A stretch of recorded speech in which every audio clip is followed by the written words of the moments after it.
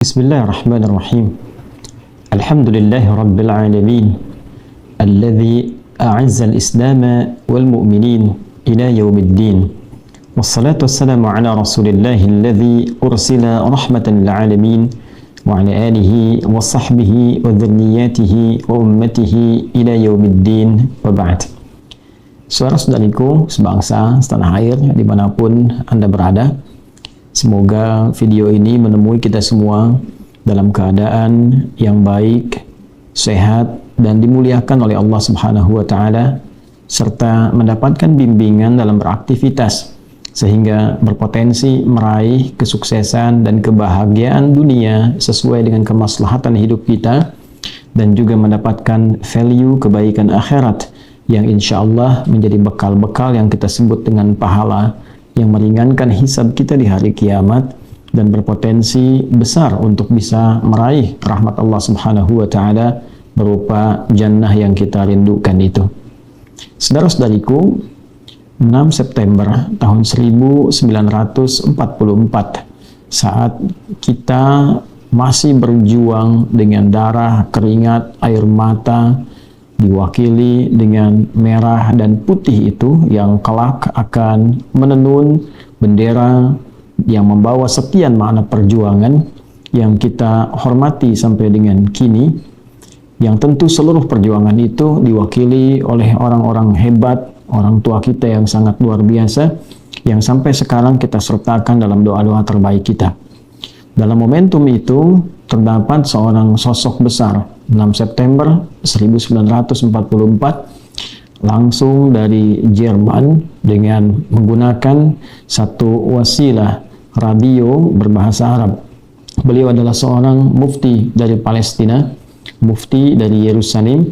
bernama Syekh Muhammad Amin Al-Husaini, yang dengan sangat luar biasa lantangnya, semangatnya, memberikan dukungan yang sangat mutlak dan sangat kuat terhadap kemerdekaan negara kesatuan Republik Indonesia secara de facto. Dukungan yang disiarkan melalui radio Jerman berbahasa Arab inilah yang kemudian menyebar di dunia Arab, yang melahirkan dukungan-dukungan baru yang sangat kuat, bahkan bukan sekedar dukungan moral ataupun intelektual, tapi juga ada materi-materi yang juga disuguhkan dari mulai Palestina sampai ke Mesir dan beberapa negara-negara Arab yang menyusul kemudian.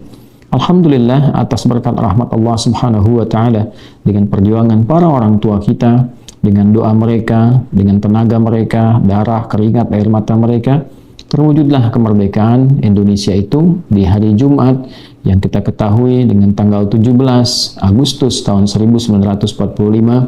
dan sampai dengan sekarang sudah sekian masa kita nikmati kemerdekaan itu, 78 tahun tepatnya, yang tentu mesti kita isi dengan semangat untuk membangun, kompak, terjauh dari perpecahan, dan dengan itu insya Allah kita bisa membangun negeri ini sesuai dengan harapan para pejuang-pejuang kita yang menginspirasi dan mengarahkan kita untuk selalu bersatu dalam kebaikan, dan juga menjadikan Indonesia ini negara yang kuat, makmur, dan lebih daripada itu diridhoi oleh Allah Subhanahu wa Ta'ala, karena kita meraihnya pun atas berkat rahmat Allah yang Maha Kuasa. Saudara-saudariku, 4 tahun setelah peristiwa pengumuman itu, tepatnya tahun 1948, ternyata mufti besar itu dari tempat ia dilahirkan, tempat ia tumbuh berkembang bahkan menjadi mufti, keadaan menjadi berbalik. Saat 6 September 1944 ia dengan lantang menyuarakan kemerdekaan Indonesia, maka 4 tahun kemudian ternyata negeri tempat ia terlahir, negara yang eksis dalam kehidupannya, menjadi berbalik terjajah sampai dengan kini. Sekian puluh tahun telah berlalu, dan menariknya, dan juga bukan hanya menarik dalam konteks positif, tapi juga memberikan makna-makna yang ironi, makna-makna negatif kepada kita semua, bahwa sekian puluh tahun ini semua terjadi, dari mulai pembunuhan, dari mulai pelecehan, penodaan, sampai ke situs-situs suci, rasa-rasanya mata-mata dunia sampai dengan kini jarang sekali tertuju dengan objektif, memberitakan dengan sesungguhnya, bahkan menjadi narasi-narasi yang berputar terbalik sehingga memberikan opini yang berbeda, khususnya pada generasi masa kini yang tidak membaca dengan teliti perjalanan sejarah, yang tidak mengetahui eksistensi dari penjajahan dan sebagainya. Sedangkan kita, alhamdulillah, atas berkat rahmat Allah yang Maha Kuasa, kita diberikan sosok-sosok orang tua kita yang sangat cerdas. Selain berjuang dengan fisik mereka, mereka juga berjuang dengan spiritual dan intelektual mereka, sehingga mampu merumuskan dasar-dasar bernegara, undang-undang dasar kita, yang di situ pun kita diminta berperan aktif untuk bisa menyuarakan bukan hanya sekedar suara lokal kita, tapi kita diminta menjadi bagian dari masyarakat global yang mengkampanyekan pembebasan, mengkampanyekan kesetaraan, kebaikan, dan anti penjajahan. Karena itulah kita dapati dalam undang-undang kita mengatakan kepada dunia bahwa penjajahan harus dihapuskan karena tidak sesuai dengan peri kemanusiaan dan peri keadilan. Oleh karena itu, dalam video yang singkat ini, saya ingin mengajak kepada kita semua, lapisan masyarakat Indonesia, tanpa kecuali, bila dulu Palestina luar biasa mendukung kita dengan doa, dengan kampanye mereka, dengan kekuatan lobi mereka, maka solusi terbaik untuk mengatasi krisis saat ini, khususnya yang terjadi di Palestina dan sekitarnya, tiada lain adalah memberikan kesetaraan dalam kebebasan berkehidupan, memberikan kesetaraan dalam eksistensi bernegara. Saatnya Palestina merdeka, seperti yang lain juga merdeka, mendapatkan kenyamanan beraktivitas, terbebas dari konflik, saling menghormati, dan kiranya itu akan mengantarkan kedamaian ke berbagai pihak dalam berkehidupan. Oleh karena itu, mari kita sama-sama menebarkan kedamaian di muka bumi ini, kebahagiaan untuk semua, dan mendoakan dalam segala hal supaya kita semua hidup dalam keadaan yang baik.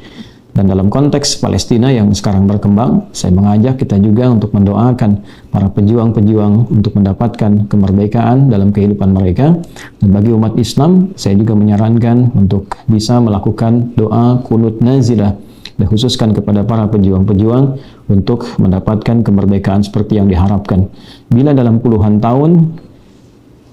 otoritas penjajah melakukan berbagai macam keburukan, tindakan kriminal, seperti yang tadi saya sampaikan, membuldoser wartawan, bahkan non-muslim yang sedang menyiarkan penggusuran-penggusuran perumahan yang dilakukan dengan cara ilegal, membunuh, melecehkan, menodai situs suci, merampok, dan mengeluarkan penduduk aslinya luput dari pantauan dunia, atau boleh jadi bukan dikatakan luput, tetapi dialihkan pemberitaan dalam konteks yang lain, maka menjadi ironi dan sangat mengherankan jika penduduk lokal melakukan perlawanan, pembelaan diri, dan kehendak untuk merdeka, seperti dulu juga Amerika berjuang untuk mendapatkan kemerdekaannya, seperti juga dulu Eropa berjuang untuk mendapatkan kemerdekaannya, seperti dulu Indonesia berjuang untuk mendapatkan kemerdekaannya. Bila negara-negara tersebut diperkenankan untuk membela diri, maka mengapa Palestina mesti terlarang untuk membela dirinya sendiri, mesti terlarang untuk mendapatkan kemerdekaan untuk negaranya sendiri? Mari kita berlaku jujur, berlaku objektif, dan sekali lagi umat Islam mendoakan dengan doa kunut nazilah kita, semoga Allah Subhanahu wa Ta'ala memberikan kedamaian di dalam setiap lapisan kehidupan kita dan mengantarkan kita pada hamba-hamba terbaik dalam berkehidupan. Terima kasih. Mohon maaf bila kurang berkenan. Semoga Allah mengampuni kita semua. Adi Hidayat. Assalamualaikum warahmatullahi wabarakatuh.